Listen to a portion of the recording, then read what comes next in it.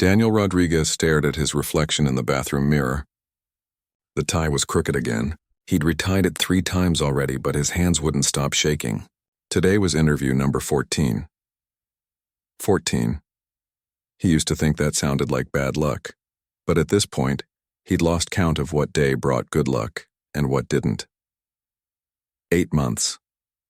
That's how long he'd been out of work. 8 months of waking up every morning with that sick feeling in his stomach, of checking his email obsessively, of pretending everything was fine when his mom called asking how the job search was going. 8 months of watching his savings account shrink like ice cream on a hot sidewalk. Daniel grabbed his portfolio from the kitchen counter. The leather was worn now from all the interviews, all the meetings that led nowhere. He was an architect. A good one, he thought. At least his professors had said so. His thesis on sustainable, affordable housing had earned top marks. But apparently the real world didn't care much about thesis projects or professor opinions. The drive to downtown Seattle felt longer than usual. Maybe it was the gray March sky hanging low over everything, or maybe it was just his mood. Daniel had applied to Thompson & Associates 3 months ago. When they finally called last week, he'd felt that familiar flutter of hope in his chest, the same hope that had been crushed 13 times before. He turned on the radio trying to distract himself. Some pop song he didn't recognize filled the car. His younger sister would probably know it. She was always sending him playlists, trying to cheer him up. "You're too serious, Danny," she'd say. "You need to relax," easy for her to say. She had a job. She had a paycheck coming in every 2 weeks. Traffic was heavier than he expected. Daniel glanced at his phone. 20 minutes until the interview. The GPS said 18 minutes to get there. His heart started racing. Being late would be the perfect end to his perfect losing streak. He switched lanes, trying to make better time, but everyone else seemed to have the same idea. 15 minutes now. He could see the downtown skyline getting closer. Where was he supposed to park? He'd been so focused on preparing for the interview that he hadn't even thought about parking. Stupid. Such a small thing. But it felt like everything was against him today. Daniel took the exit and started circling the blocks around the office building. Every spot was taken. Every single one. Of course they were. He passed a parking garage, but the entrance was on a one-way street going the wrong direction. He'd have to circle back 10 minutes. His hands were sweating on the steering wheel. There, another garage. He swung into the entrance maybe a little too fast, tires squealing slightly on the concrete ramp. The barrier was up, and an older man sat in a small booth near the entrance. He had to be in his 70s with silver hair and deep wrinkles around his eyes. Daniel pulled up to the booth and rolled down his window. Cold air rushed in, making him shiver, or maybe that was just his nerves. "Good morning," the attendant said. His voice was warm, friendly. He had a slight accent Daniel couldn't quite place. "Big day for you?" Daniel blinked. How did this guy know? Then he realized he was probably gripping his portfolio like his life depended on it, which in a way it did. "Job interview," Daniel managed to say. His voice came out rougher than he intended. "Running a bit late?" "Ah." The attendant nodded knowingly. He didn't rush Daniel, didn't hurry him along even though there was probably a line forming behind him. "What floor?" 12th. Thompson & Associates. "You'll want to park on level 3 then. Quick elevator access." The man pointed toward the ramp. "And hey," he leaned forward slightly, "don't say you're going to fail before you even try. I can see it on your face. You never know when your whole life is about to change." Daniel felt something catch in his throat.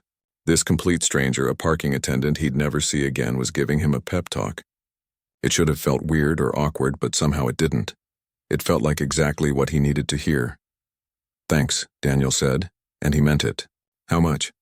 $12 for the first 2 hours. But take your time. You got this." Daniel handed over a $20 bill, took his change, and drove up to level 3. He found a spot quickly, just like the attendant said he would.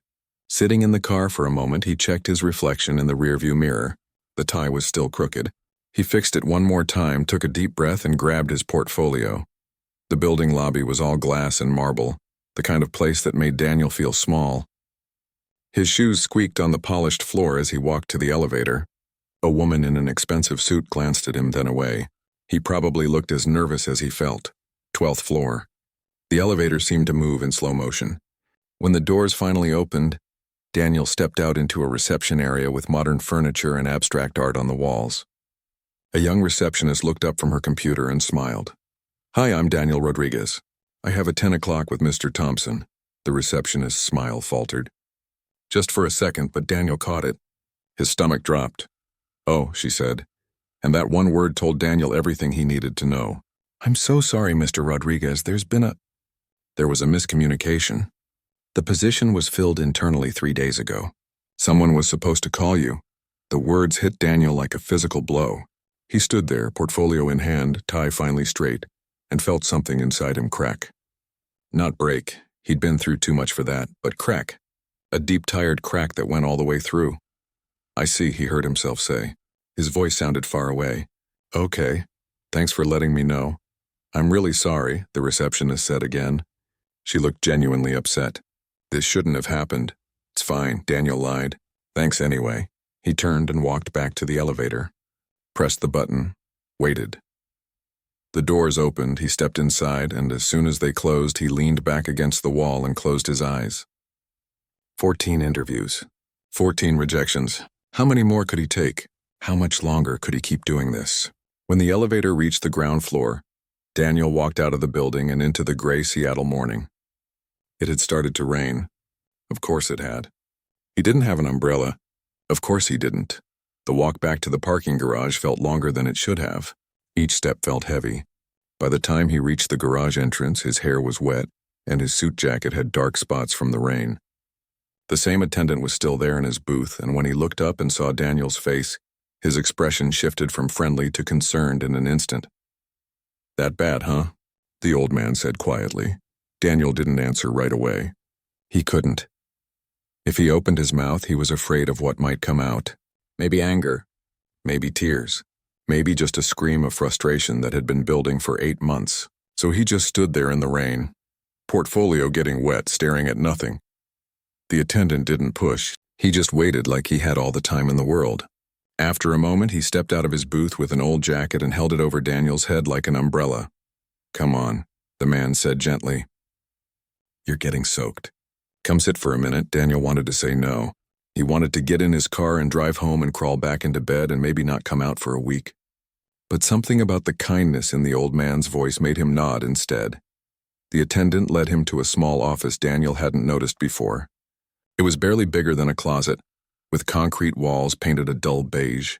There was a space heater in the corner, 2 folding chairs, and a tiny table with a coffee maker that looked older than Daniel.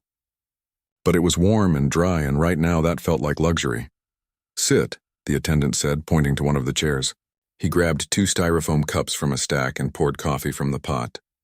The coffee looked like it had been sitting there since early morning, thick and dark. "It's not good coffee," the man admitted with a small smile. "But it's hot." Daniel took the cup. His hands were shaking again, but not from nerves this time. He took a sip. The coffee was terrible, bitter and burnt. It was perfect. "I'm Raymond," the attendant said, settling into the other chair with a slight groan. "Been working here 12 years. You see a lot from a parking booth. You learn to read people." "Daniel," he replied. Then, because he was tired of holding it in, he added, "That was my 14th interview.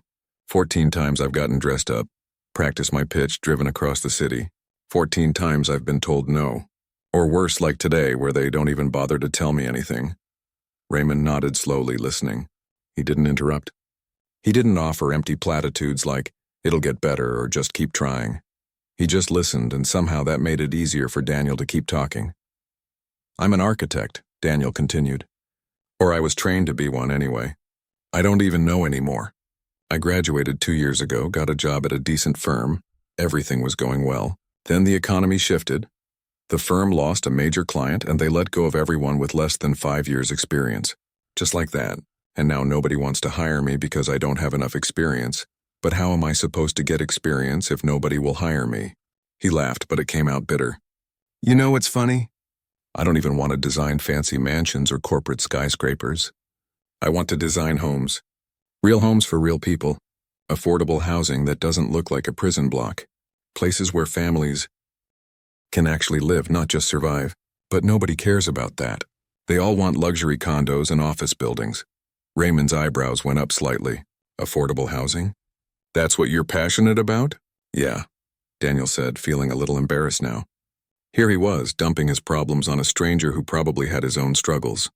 Sorry, I shouldn't be unloading all this on you. You're just trying to do your job. No, Raymond said quickly. He leaned forward, his eyes suddenly more alert. Tell me more about this. What do you mean by affordable housing? Daniel wasn't sure why Raymond seemed so interested, but talking about his work felt better than dwelling on his failures. Well, most affordable housing is built as cheaply as possible, right? Developers cut corners, use cheap materials, cram in as many units as they can. The result is places that fall apart in 10 years and feel depressing to live in. But it doesn't have to be that way. He was warming up now, the way he always did when he talked about design. If you're smart about it, if you use the right materials and think about multi-purpose spaces, you can build quality housing that's still affordable. Natural light, community spaces, green elements, things that make people want to live there, not just end up there because they have no choice. Raymond was nodding, a strange look on his face. You have examples of this? Designs? Daniel gestured to his wet portfolio. My thesis project was a mixed-income development. I did all the cost analysis, proved it could work financially. But like I said, nobody cares. They look at it, say it's nice in theory, and then ask if I can design a luxury apartment building instead. Can I see it? Raymond asked. Daniel hesitated, then unzipped his portfolio. The edges were damp, but the inside was mostly dry. He pulled out his thesis presentation, the pages he'd printed and reprinted so many times he could recite every word. Raymond took the papers carefully, like they were valuable, and started looking through them. The old man was quiet for a long time, studying each page. Daniel sipped his terrible coffee and watched him. Raymond's face was hard to read, but his eyes were sharp, taking in every detail. Finally, Raymond looked up. My son, he said slowly, runs a development company. Not a big company, but it's growing.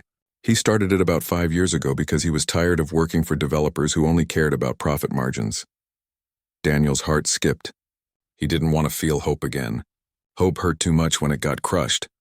He builds exactly what you're talking about, Raymond continued. Affordable housing, but good quality. He's always complaining that he can't find architects who understand what he's trying to do. They either want too much money or they don't get the vision. They make everything look the same, like every other apartment complex. Raymond pulled out his phone, an older model that he handled carefully. He scrolled through photos and turned the screen toward Daniel. These are some of his projects. Daniel looked at the photos. 3-story apartment buildings with clean lines and large windows. Community gardens. Covered parking. They weren't fancy, but they were thoughtful. They were exactly the kind of buildings Daniel dreamed of designing. Where is this? Daniel asked quietly. 2 of them are here in Seattle. One's in Tacoma. He's got more planned. Raymond was watching Daniel's face. Look, I can't promise anything. My son is very particular about who he works with. But if you're willing, I could call him. See if he'd be willing to meet with you. Daniel's hand tightened on his coffee cup. This felt too good to be true. Things like this didn't happen in real life. You didn't meet a parking attendant who happened to have a son who happened to need exactly what you offered. That was movie stuff, not real life. I don't want to waste his time, Daniel said. Or yours. You let me worry about that, Raymond said. He was already dialing. My son owes me a favor anyway. I helped him move last month. Daniel sat there, hardly breathing, as Raymond put the phone to his ear. This was crazy. This whole morning was crazy. He'd come here for an interview that didn't exist and ended up in a parking attendant's office drinking bad coffee. And maybe, possibly, getting a real lead. Hey. It's Dad, Raymond said into the phone. You busy? I know. But listen, I have someone here I think you should meet. Daniel could only hear one side of the conversation, but he tried to read Raymond's face for clues. The old man was smiling, which seemed like a good sign. Or maybe he smiled at everyone. Daniel realized he was holding his breath and forced himself to exhale slowly. I'm serious, Kevin, Raymond said into the phone. This kid has exactly what you've been looking for. No, I'm not exaggerating. When have I ever steered you wrong? He paused, listening. 2 hours? Perfect. Yeah, I'll text you the address. Thanks, son. Raymond ended the call and looked at Daniel with satisfaction. He'll meet you at the coffee shop on Pine Street, 2 hours from now. That gives you time to go home, change into dry clothes, maybe look over your portfolio again. Daniel felt dizzy. 2 hours. He was going to meet with a real developer in 2 hours. I don't know what to say. Thank you. I mean, really, thank you. Don't thank me yet, Raymond said, but he was smiling. My son is tough. He'll ask hard questions, but he's fair. If you know your stuff, he'll listen. That's more than most will give you, right? That's more than I've gotten in 8 months, Daniel admitted. Raymond stood up, his knees cracking slightly. Go on, get out of here. Pine Street Coffee, the one with the blue awning. And Daniel, stop thinking you're going to fail. You might be surprised. The drive home felt surreal. Daniel kept expecting to wake up and find out the whole morning had been some weird dream. But his clothes were still damp. The terrible coffee taste was still in his mouth, and Raymond's number was now in his phone with a text message. Good luck. You got this. At home, Daniel showered and changed into fresh clothes, better clothes. His interview suit was wet and wrinkled now anyway. He chose dark jeans and a button-down shirt. Professional, but not trying too hard. He hoped. He spread his portfolio across the kitchen table and went through everything. His thesis project, sketches of other designs, cost breakdowns, environmental impact studies. It all looked so academic now, so theoretical. What if Kevin thought it was just student work with no real-world application? Daniel's phone buzzed. A text from his sister. How'd the interview go? He stared at the message. How did he even explain this morning? He typed back, long story. Might have a lead on something, though. 3 dots appeared immediately. What? Tell me everything. Later, meeting someone in an hour. Wish me luck. Luck. You got this, big bro. Daniel smiled despite his nerves. At least someone believed in him. The coffee shop on Pine Street was one of those places trying hard to look casual, but probably charged $7 for a latte. Daniel arrived 15 minutes early and ordered a regular coffee, which still cost $5. He found a table by the window and tried to look calm while his leg bounced under the table. At exactly 2 o'clock, a man walked in and looked around. He was maybe 40, wearing jeans and a jacket with a messenger bag slung over his shoulder. He had Raymond's eyes. Same shape, same sharp awareness. Daniel stood up and waved awkwardly. The man walked over and extended his hand. Kevin Liu, he said. You must be Daniel. My dad said you'd have a portfolio. That's me, Daniel said, shaking his hand. Kevin's grip was firm but not aggressive. Thanks for meeting me. I know this is kind of unusual. Kevin sat down and dropped his bag on the floor. My dad doesn't usually call me about strangers in parking garages, but he seemed really insistent. So you're an architect? Yes, well, trained architect. Haven't had much luck finding work lately. Daniel decided honesty was better than trying to oversell himself. Economy's been rough, Kevin said. He didn't say it with pity, just as a fact. What kind of architecture are you interested in? This was the moment. Daniel pulled out his portfolio. Affordable housing. Quality affordable housing. Not the stuff that gets thrown up in 6 months and falls apart in 5 years. Real communities where people actually want to live. Kevin's expression didn't change, but Daniel saw something shift in his eyes. Interest, maybe. Show me what you've got. Daniel opened to his thesis project first. This was my final project in school. A mixed-income development with 78 units. The idea was to create a place where people at different income levels could live together without it feeling segregated. Community spaces, natural light, sustainable materials. And most importantly, it had to pencil out financially. Kevin leaned forward, studying the designs. What's this? He pointed to a section of the layout. Shared workshop space. Most people in affordable housing don't have room for hobbies or projects. But if you create a shared space with tools and workbenches, suddenly you've got a community hub. It doubles as a meeting space, too. Interesting. Kevin flipped through more pages. You did cost analysis on this? Every element. I know student projects can be idealistic and ignore budgets. I didn't want to do that. I talked to contractors, got real material costs, factored in labor. The numbers work. Kevin was quiet for a long time, going through each page carefully. He asked questions. Lots of questions. About load-bearing walls and window placement and mechanical systems. About timelines and permits and zoning regulations. They were hard questions. Technical questions. The kind that couldn't be answered with vague ideas or pretty drawings. But Daniel knew the answers. All those late nights in the studio. All those arguments with his professors about practicality versus vision. All of it had prepared him for exactly this conversation. He felt his confidence growing with each question he could answer. Finally, Kevin sat back and looked at Daniel directly. I've been doing this for 5 years now. Started my company because I was sick of working for developers who only cared about maximizing profit per square foot. I wanted to build places where regular people could afford to live with dignity. Daniel nodded, not sure where this was going. The problem is finding architects who get it. Kevin continued. Half of them think affordable housing means cutting every corner possible. The other half want to design luxury condos with a few affordable units thrown in to meet requirements. Neither group understands what I'm trying to do. He tapped Daniel's portfolio. This is what I'm trying to do. The question is whether you can actually execute it in the real world, not just on paper. Daniel's mouth was dry. I'd like the chance to try. Kevin pulled out his phone and scrolled through some documents. I'm breaking ground on a project in 6 weeks. 78 units, same as your thesis project, actually. The architect I had lined up just took a job in California. I need someone who can step in, take my basic concept and turn it into something real. He looked up at Daniel. I can't pay you what an established firm would. And you'd be working with a small team, which means wearing a lot of hats. But you'd have real creative control, and if it goes well, I've got 4 more projects after this one. Interested? Daniel felt like his heart was going to explode out of his chest. Was this really happening? Yes, absolutely yes. Don't you want to know the salary first? I've been unemployed for 8 months. Unless you're offering minimum wage, I'm interested. Kevin laughed. Fair enough. He named a figure. It wasn't huge, but it was real money. Steady money. When can you start? Daniel started the next Monday. He showed up at Kevin's office, which turned out to be a converted warehouse space with exposed brick walls and big windows. There were only 6 other people working there. The whole company fit in one room.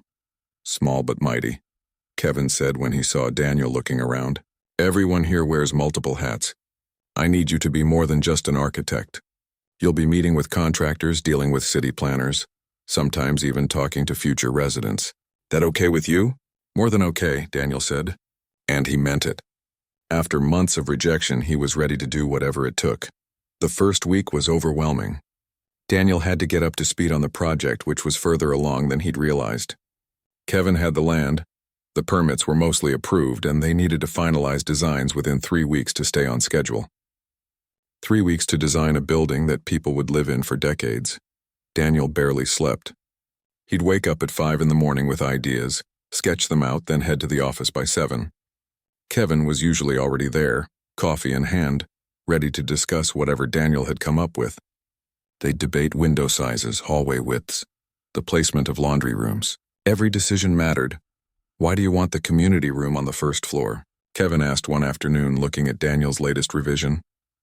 Accessibility, Daniel explained. If it's on the first floor, everyone can use it easily. Parents with strollers, older residents, people with disabilities. Plus, it's visible from the street, which makes the building feel more welcoming. Kevin nodded slowly. Good thinking. But what about noise? Won't that disturb the residents on the first floor? Daniel had already considered this. We add extra sound insulation between the community room and the residential units. Costs a bit more up front, but it solves the problem. How much more? Daniel showed him the numbers. Kevin studied them, then nodded. Do it. These conversations happen dozens of times a day. Daniel was learning that real architecture wasn't just about making things look good. It was about solving problems, balancing budgets, thinking about how people would actually live in these spaces. 2 months in, they broke ground. Daniel stood at the construction site on the first day, watching the excavators dig into the earth, and felt something he hadn't felt in a long time. Pride. This was real. This was happening, but real also meant problems. Lots of problems. The contractor discovered the soil conditions were worse than expected, requiring deeper foundations. That meant delays and extra costs. A supplier went out of business and they had to find new windows on short notice. The city inspector had issues with the fire safety plan and Daniel had to redesign parts of the building. Through it all, Kevin remained steady. He never panicked, never blamed Daniel for things beyond his control. This is construction, he'd say. There are always problems. We just solve them and move forward. Daniel learned to think on his feet. When the window supplier fell through, he found an alternative that was actually better and cheaper. When the inspector raised concerns, Daniel worked with him to find solutions that satisfied the requirements without destroying the design. He was becoming not just an architect, but a problem solver. 6 months into construction, Daniel was at the site almost every day. He wore a hard hat and steel-toed boots and carried rolled-up plans everywhere. The construction crew started asking for him by name when they had questions. He'd explain the design intent, listen to their concerns, and sometimes adjust the plans on the spot. One afternoon, an older carpenter named Frank pulled him aside. "I've been doing this 30 years, Frank said. Worked on a lot of affordable housing projects. Usually the architects disappear after the designs are done. You're here every day making sure we get it right. That says something." Daniel didn't know what to say to that. "I just want it to be good. People are going to live here." "Exactly," Frank said. "Most architects forget that part." The project started coming together. Walls went up. Windows went in. The building began to look like the drawings Daniel had made. But it was better than the drawings because it was real. You could walk through it, feel the space, see how the natural light filled the rooms. Kevin brought potential residents to tour the construction site. Families who'd been on waiting lists for affordable housing, single mothers working 2 jobs, retired couples living on fixed incomes. Daniel watched their faces as they walked through the unfinished units, trying to imagine their furniture in the rooms, their lives in these spaces. One woman, maybe in her 50s, stood in what would be her living room and started crying. "I've been in a studio apartment for 8 years, she said. "This has 2 bedrooms. My daughter can finally have her own room when she visits." Daniel felt a lump in his throat. This was why he'd wanted to be an architect. Not to design monuments or luxury towers, but to create spaces that actually mattered to people. A year after that rainy morning in the parking garage, Daniel stood at the grand opening of the building. There was a small ceremony with the mayor and some local news coverage. Kevin gave a speech about affordable housing and community development. Then he introduced Daniel.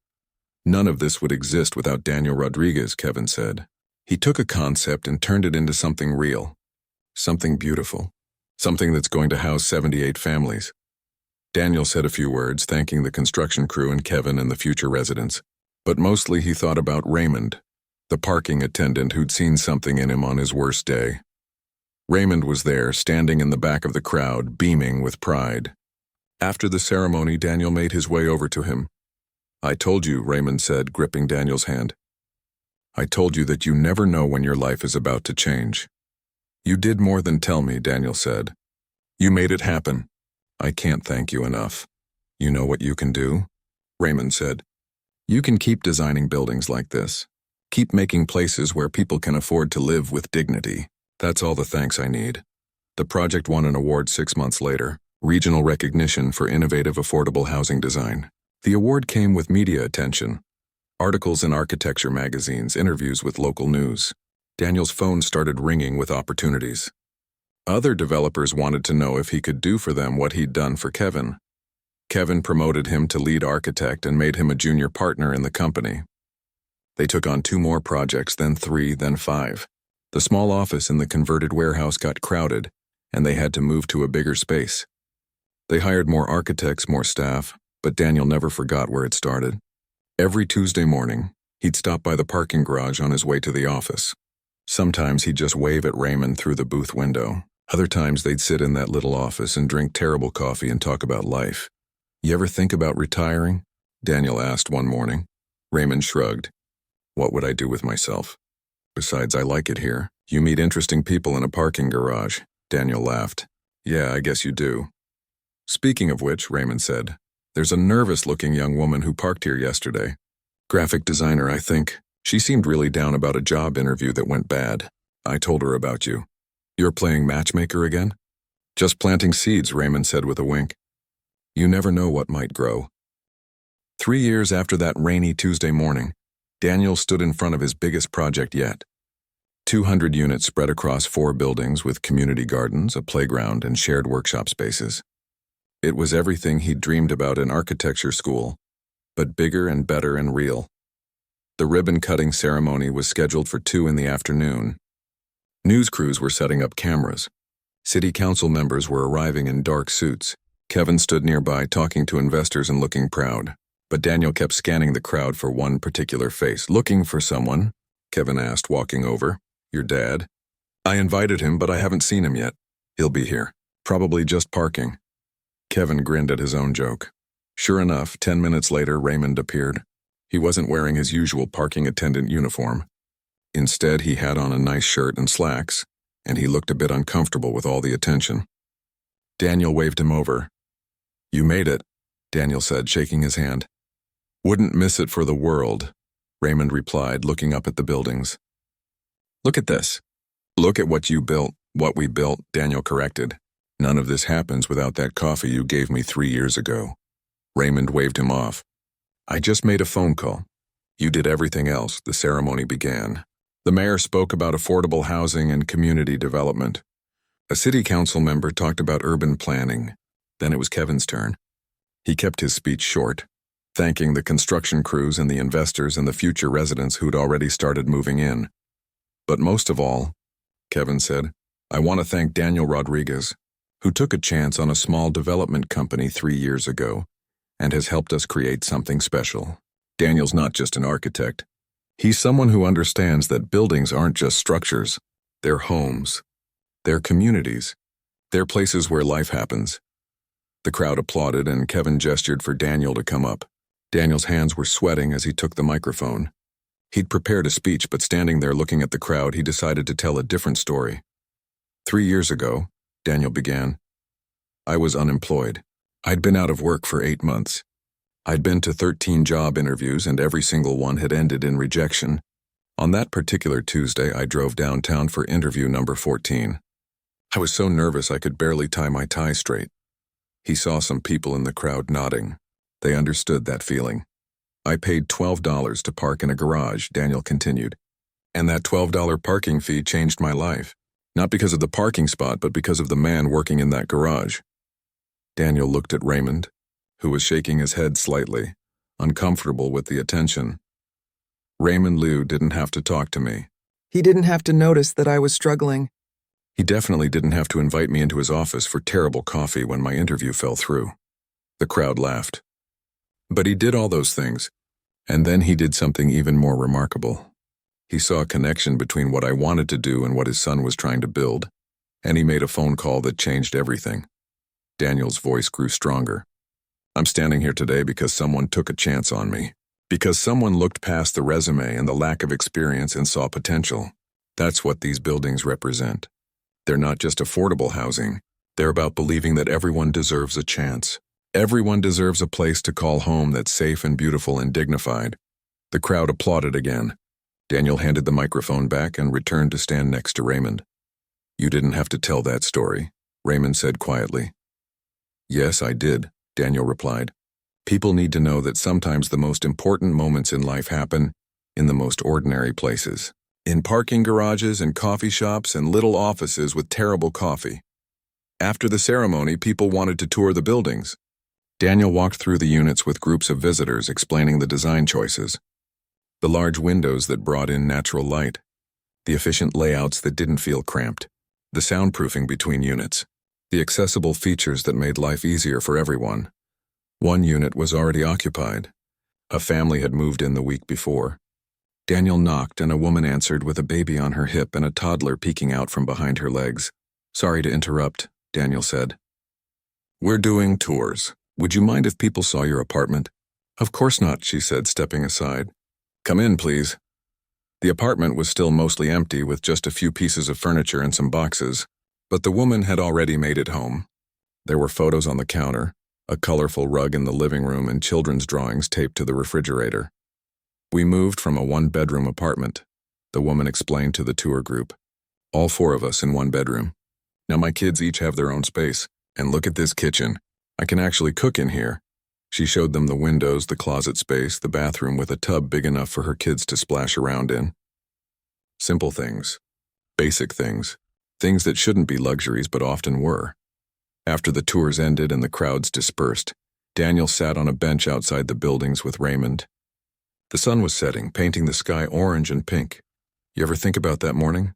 Daniel asked. All the time, Raymond said. You know what I think about most? How close you came to just driving away. If you'd been a few minutes earlier, you might have missed me. If you'd been less willing to accept help, you might have said no to the coffee. Life turns on these tiny moments. Do you do that for everyone? Look for people who need help? Raymond considered this. I try to pay attention. Most people just want to park their car and go about their day, and that's fine. But every once in a while you see someone who's struggling, someone who just needs a little kindness or a small break. I figure if I can help, why wouldn't I? You know I tried to pay you back, Daniel said. I tried to give you a consultant fee for introducing me to Kevin. You wouldn't take it. Because that's not how it works, Raymond said firmly. You don't pay back kindness. You pass it forward. You help the next person who needs it. Daniel thought about the young graphic designer Raymond had mentioned. You're right. I met with that designer you told me about. She's talented. I connected her with someone who needed a website redesign. See? That's what I'm talking about. They sat in comfortable silence for a while, watching the lights come on in the apartment windows above them. Behind each window was a family, a life, a story. Daniel had helped create the space for those stories to unfold. I keep the parking receipt, Daniel said suddenly. From that first day, I framed it and put it in my office. Raymond laughed. A $12 parking receipt? It's a reminder that success isn't just about talent or hard work or even opportunity. Sometimes it's about human connection. It's about people who take 5 minutes out of their day to care about a stranger. Raymond stood up, his knees creaking slightly. I should get going. Early shift tomorrow. You're still working at the garage? Until they kick me out, Raymond said with a smile. Like I told you, you meet interesting people in parking garages. Besides, I'm not ready to retire. What would I do? Sit at home and watch TV all day? Daniel walked him to his car.